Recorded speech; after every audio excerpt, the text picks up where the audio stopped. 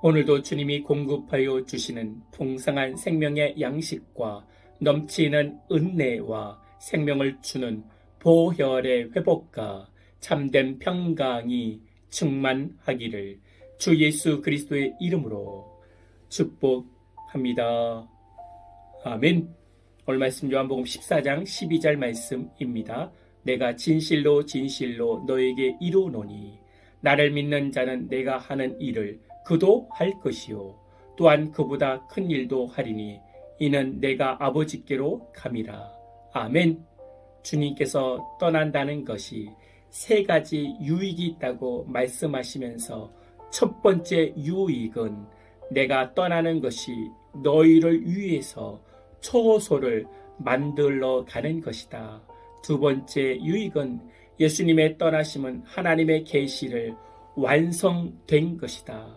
하나님의 계시가 완성됐다는 것은 예수님께서 떠나신다는 것이 십자가 사건을 의미하는 것입니다.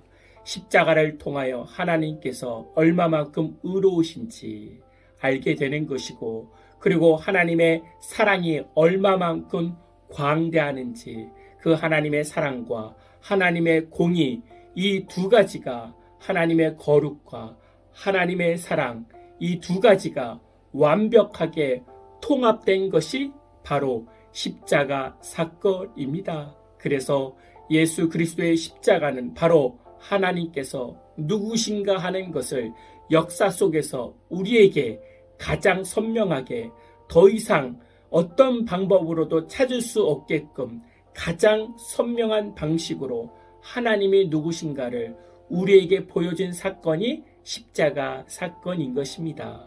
그래서 예수 그리스도의 떠나심은 바로 하나님의 계시의 완성이라는 측면에서 이것이 제자들에게 유익이 되는 것입니다.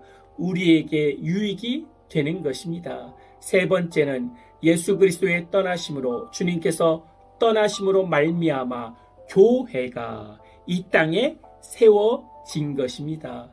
이제 제자들이 예수 그리스도의 몸으로서 그 역할을 이어가게 된다는 측면에서 예수님이 떠나신다는 것이 유익이 된다는 것입니다.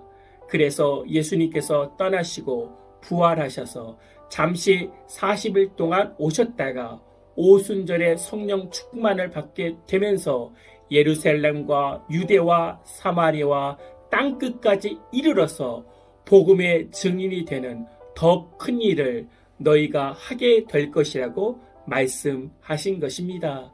그 유익이 예수님의 떠나심으로부터 오게 되는 것입니다. 그리스도인도 내가 머물고 있는 곳에 좋다고 생각하지 마시고 말씀을 가지고 떠나는 자가 되어져야 합니다. 그럴 때 하나님이 동행해 주시는 것입니다.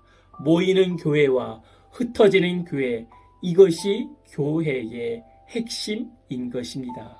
믿으십니까? 아멘.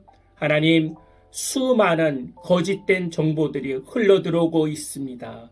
거짓된 이달의 말에 속아 넘어지지 않게 하여 주시고, 말씀에 뿌리를 두어서 몸된 교회를 위해서 모이는 교회와 흩어지는 교회의 사명을 다하게 하여 주시옵소서. 그리하여 하나님이 주신 큰 일, 복음과 전도의 일에 사명을 다할 수 있도록 능력과 은혜를 부어 주시옵소서. 주 예수 그리스도의 이름으로 기도하옵나이다. 아멘. 이제는 우리 주 예수 그리스도의 은혜와 만국하신 하나님의 사랑과 성령님의 내주교통 충만케 하심이 이제부터 영원토록 함께할지어다. 아멘.